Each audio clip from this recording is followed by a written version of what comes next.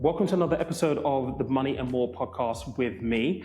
As you know, we're entering into the winter months fairly soon, and recent research from Smart Energy GB has found that one of the major expenses that we all have is energy costs, and that is having an impact on our personal finances. Now, there is a campaign out at the moment trying to offer tips, help, which I'm involved with in conjunction with Smart Energy GB, to help people in the run-up to Christmas, vulnerable people in the run-up to Christmas. And I thought it would be worthwhile having a conversation on this week's episode with someone from Smart Energy GB, just to talk generally about what are the things that we can do in our homes day to day to, number one, help us save on our energy costs, but also to help those people who may be struggling to pay their energy bill. So I am delighted to be joined by Philippa Brown, who is the Vulnerable Audience Specialist at Smart Energy GB. Philippa, welcome. Thank you so much for joining me. Hello, Peter. Thanks for having me. Thank you. So just start off with a little bit of an introduction, about you first and foremost, because I'd love to hear about your background, how you get to do what you do at the moment. Yeah, so Smart Energy GB, we're an independent, not-for-profit organisation backed by government, and our mission really is to highlight and explain the benefits of smart meters for households and small businesses across Great Britain. And my background is actually I did used to work for a charity, a communications charity, looking at how we reach all different groups and different people. And so I moved over to Smart Energy GB to make sure that no one was left behind, really, that everyone has information about smart meters, about energy use, and that we're all empowered to make the right decisions for us. So has the past couple of years with the rise of energy prices been particularly busy for you, would you say? Yeah, I think actually it's something that shone a light on an issue and spending for all of us. I think we're all actually thinking about, how can we do more, and definitely, it has been a busy time. People living in fuel poverty, the number of people living in fuel poverty has gone up. The number of people who are living with debt and managing debt has gone up as well. So I think we're all looking for ways to make small changes and find ways to help ourselves. Yeah. So as I mentioned at the beginning of this, I'm part of a campaign that you guys are running at this point in time. Can you just give a very brief overview of what the campaign is all about and what it's aimed to effectively achieve?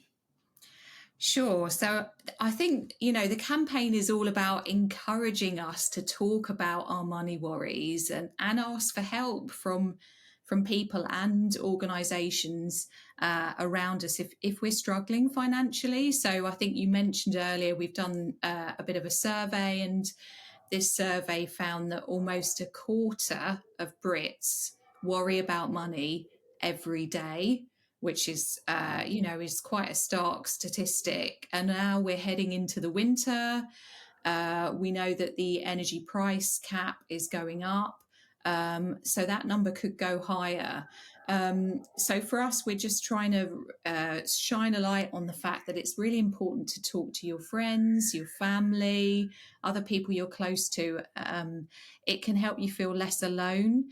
And also find potential solutions. And there are organisations you can talk to too.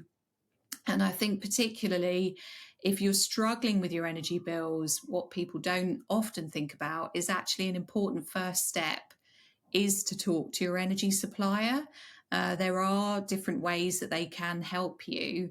One of them is offering a smart meter, which, if you can know exactly how much you're spending on energy and you can work that out, then it can help you feel a bit more in control, and potentially find ways to sort of reduce your usage and help with that planning and budgeting. So this campaign really is about getting us to talk and looking at ways that might help us as we move into the winter.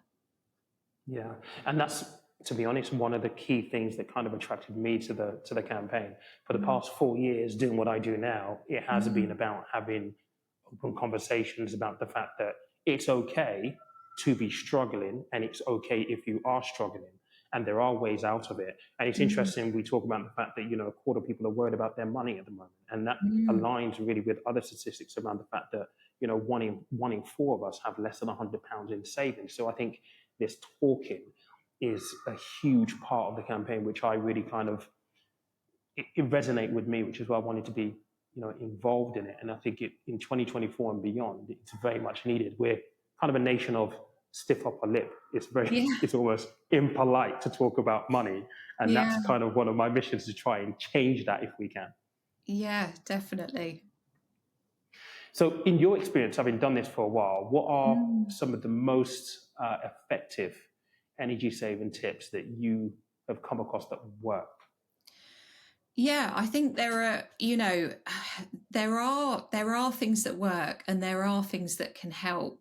We've all had to become a bit more energy savvy over the past few years, but I mean, we've worked with organisations like Energy Saving Trust and Nesta, and there are some things like turning your thermostat down by 1 degree could save you up to £80 a year on your energy bill. So that is quite a big saving. Obviously, we'd want you to keep your temperature within a sort of safe and comfortable temperature between 18 and 21 degrees. But yes, that is a could give you a big saving. There are other things like lowering the flow temperature on your boiler, and there's lots of videos out there of how to do this that can save you again around £50 a year. So these are not small amounts of Small money. amounts, yeah. Yeah. And then even, I know we've heard it, but actually taking shorter showers could save you around £50 a year as well. And then there are the little tips and tricks, the laundry on a lower temperature wash, avoiding using the tumble dryer, the classic turning off the appliances off standby mode. I think just, like you said, Peter, all those getting on top of things and those small actions, making yourself a plan, all of these things can help. And that all adds up to something that's, for most of us, that's quite a good saving. Yeah, I was going to say that, because when you take those little things in isolation, you might think, well, £80 a year, that's barely anything per month. But when you Mm. add it all up, actually, it does make a huge difference. I mean, just in the three that you've mentioned there, that's £180 roughly that you Yeah, can save just by doing small, manageable, practical things in your home, turning yeah. off, the power at the socket off standby, and turning down the thermostat, taking shorter showers. Those things are very practical things that you can implement on a day-to-day basis. Absolutely. Yeah. And obviously one of your tips is about, getting sort of saving early and building up your savings pot. That could be your little savings pot for the year, couldn't it? If those things are coming off your bills. So yeah, Absolutely. it all makes a difference. Yeah. And you've already mentioned this, and this is obviously one big part of the campaign. Mm, But smart meters, why are they so important? Because for me, I've I, we bought a new build property, which at yeah. one point had a smart meter that worked. Then we changed energy provider, and then for some reason the smart meter didn't work. Then we went back to the original provider, and in the transition between the new provider to, well, the first provider when we moved in, to the one we moved to, back to the provider we had when we moved in originally, Yeah. something happened where the smart meters didn't work. And I had no sight over what energy we were using, nothing, until Mm. very, very recently. So why are smart energy such an important component in this campaign? Well, they've got a lot of benefits over your traditional energy meters. And I think there are some things like, so automatic meter readings, you don't have to submit your meter readings anymore. They just go automatically to your supplier. And that means you're getting accurate bills. And obviously, if you're thinking about budgeting, you want that accurate information to help you. There are broader benefits for the country as a whole. Obviously, we're doing this to try and help modernise our energy system and make it smarter and make it more efficient. So there are benefits there. I think one of the biggest ones is that you get this in-home display with your smart meter, and that shows you how much energy you're using and how much it costs in pounds and pence, daily, weekly, monthly. So I think if you're worried about you're spending and you're worried about, struggling to pay your bills, then one of the big first steps is actually, as you've said before, looking, setting your budget and looking what you're spending. And so this will tell you, this is your tool to understand that. And then I guess the other thing is that, it's installed at no extra cost. So you don't have to Hmm. go out there and buy a piece of kit or spend more money. Actually, this is something you can get from your supplier. So it's, I think it's giving you back control, which I think, for a lot of people could be really powerful. Yeah, and I would definitely second that. Since we've had the smart meter back installed, I almost have it kind of like a game where I look at, okay, what have we done this week versus last week? And it's really weird because you pay more attention to the numbers. And because you pay Mm, attention to the numbers on the screen, you're very mindful of maybe, okay, we've left the TV on standby, or you start looking at ways in which you can save. Or I've not been in this room for 2 days, so let's turn everything off. It's it's an effective way to kind of know exactly where you're at any given time, which is important for the budgeting element to things because you do want to be able to financially plan and be able to gauge what you're using and mm. manage the wastage. And that for me is the big component of it, being able to identify, okay, what wastage am I have? How can I streamline and bring in a little bit more efficiencies into it as well? Yeah, absolutely. I mean, we've had stories of people sort of going away on holiday and coming back and finding that, realizing from looking at their in-home display that their heating had been on while they were on holiday, which is a short, sharp lesson to learn. But it means that, now and you think, oh, actually, I didn't know that was on. That's cost me that much money, right? Next time we go away, I'll make sure I turn it off. Or people have, when they've installed, have found sort of lights or things are sucking energy out that they hadn't known were on, etc. So yeah, so absolutely having that tool and using it, it is really, it's one of the things we can do. Absolutely.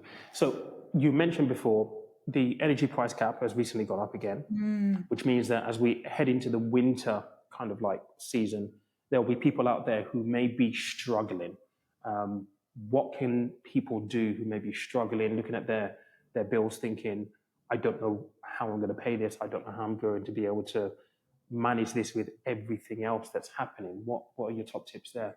Yeah, I think if you are struggling, then, as this whole campaign is about, we're really trying to highlight the importance of talking to others, talking to friends and family, but also with energy specifically.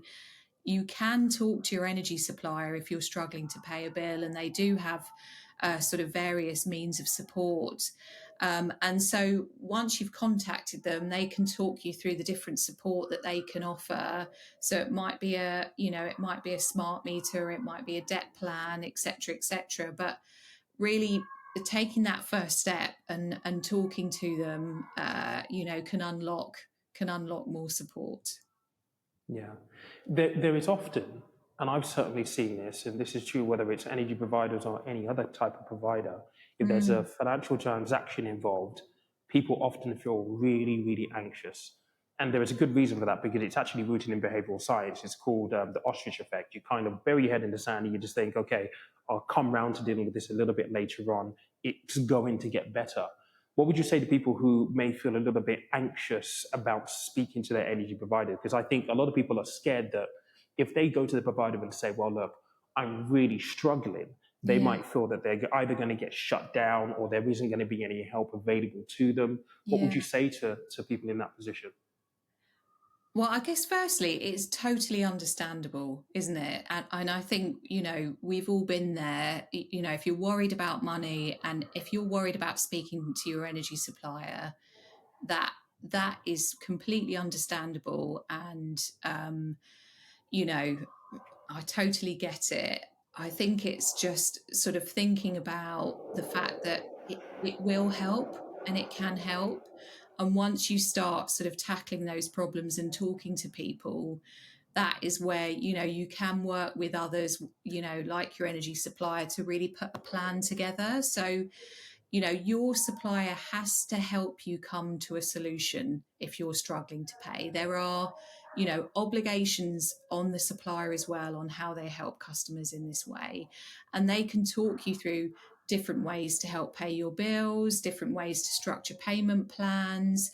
I mean, some suppliers even offer grants to help their customers pay off energy debt, or top up vouchers if they're on prepay, etc. So and a lot of them work with other partners as well, like Citizens Advice, etc. To help in that respect. So I totally understand if you're feeling anxious, but what I would say is it will get better, and there is help out there. So I just would encourage you to give it a try, and pick up the phone, contact your supplier, and take a bit of that control back. Yeah, and I'll second that for anyone who's watching and listening to this, especially when it comes to things like the companies that do have grants. I covered this on Pack Lunch. It was probably about a year or so ago now, and a lot of Mm, people were surprised that that even existed as a thing.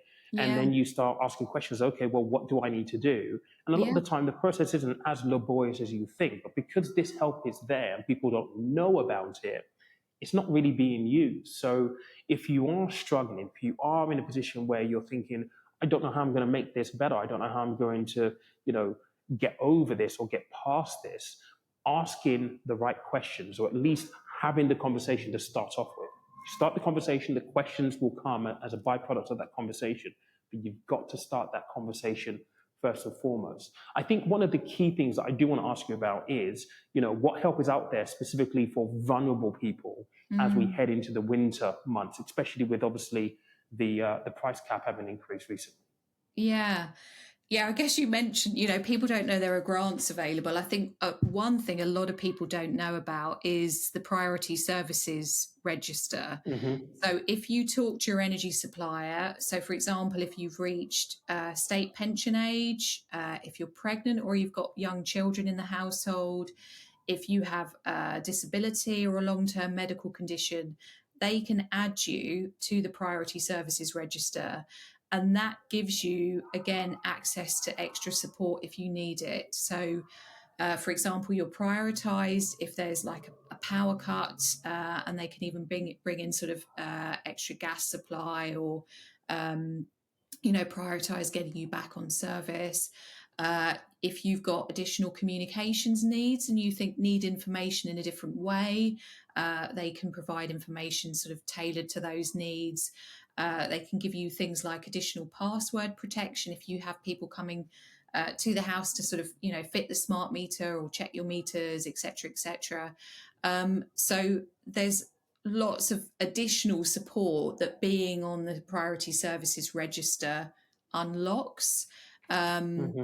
and so I think, that help is definitely there. I think for us, we think, I mentioned earlier, there are, various benefits with smart meters. They're also helpful for sort of, again, for older people or for people with mobility issues. For example, if, you've got those automatic meter readings and you don't have to sort of struggle to reach in and read that meter or go outside and unlock a Yeah, cupboard or yeah, something.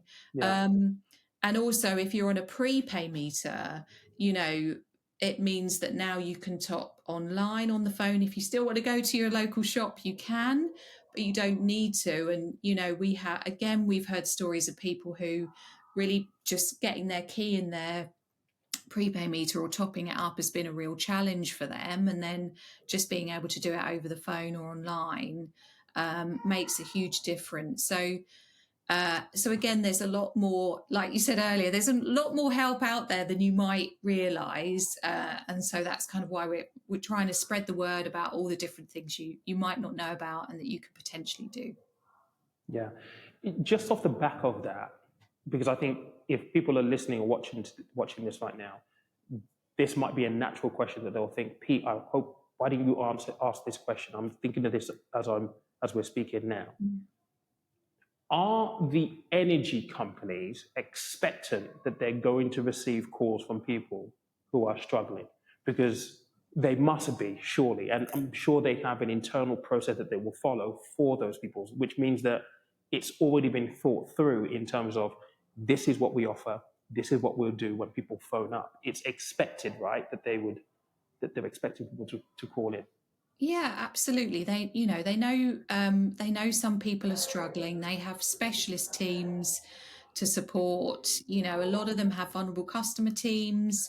A lot of them have sort of teams to support you with debt, etc. So um, they will have, for all the different companies, they'll have different pathways for different people, depending on what support you need, or what you talk about on your call. So um, they're expecting that they might get some requests for support, and they are set up to do that. And as I said, there are, things like the priority services register is something that they have to provide, and they all adhere to that. So um, this is stuff that already exists, and it is ready for you to access if you need it. Yeah. And I just want to stress this as well, if you're, again, watching and listening to this. One of the first things that you probably have to get over when you accept that maybe you want to have a conversation with your provider, and yes, you feel anxious, but also what you might feel is maybe a little bit of shame of, I'm having to ask for help, and you might feel embarrassed. And I think it's really important in what Philip has just said there, that they expect that people are going to call. So in other words, don't feel as though you're going to be a burden to them by asking for help. And I think that's really, really important. They are aware that people are struggling, and they are aware that help needs to be rendered. They are obliged to help you to come to some form of arrangement. So don't feel a burden. Don't feel as though there's some shame that should be attached to this, because there isn't. You're just having a conversation to try and make sure that you're able to pay your energy bills and do that with dignity, and be able to do that in a way that works for you. So please don't feel as though you're a burden in this. And one question I do want to ask you, this is kind of just closing this up, Philippa, for anyone who will be listening, watching, anyone who's struggling, who may come across this later on down the line, where do people go to find more information, to learn a bit more about this campaign and the work that you guys do? Yeah, I mean, we've got a lot of information on our website, smartenergygb.org, and lots of advice. And there are other organisations. We've mentioned talking to your energy supplier. We've also mentioned briefly, organisations like Citizens Advice or Energy Saving Trust. Citizens Advice have got lots of information about sort of financial support, and a lot of them work hand in hand with the energy suppliers to provide that to you. Energy Saving Trust have a huge amount of energy saving advice, and we have some of that on our website as well. So lots of places you can go for more information. Brilliant.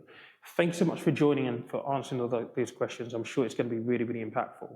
I do have one request from those of you who follow. This is going to be an important period heading into the winter season.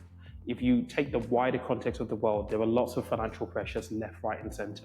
So what I will ask you is, if you know anyone that this is applicable to, please share and send it across. And please also, in the comment section here, if you have any questions, submit your questions and tell us, how you're approaching, how are you dealing with this? One thing that I've learned in 4 years of doing this online, and certainly in the 18 years that I've been in financial services, is that oftentimes when people get to talking, there are automatically problem-solving ideas that come up naturally as part of the conversation. And unless you've had that conversation, you don't get to access those problem-solving answers because you're in your shell. So in other words, come out of your shell, be brave. It's okay to talk about this kind of stuff, but share. And if you can do that in the comment section, it will also just help with the conversation, but it will also mean that this video also gets pushed so that other people who need to see it will also see it. But as always, I want to say thank you again, Philippa. It's been a pleasure to be involved in this campaign with Smart Energy GB. I'm going to leave all the links that you need in the show notes on the podcast outlets and in the YouTube description. So please go check them out. There'll be lots in there that you can actually go and review and have a look at. But as always, please keep yourself safe and stay curious and try and be as proactive as you possibly can when it comes to your finances and in particular your energy bills this winter. But until the next one, I will catch you later on. Cheers.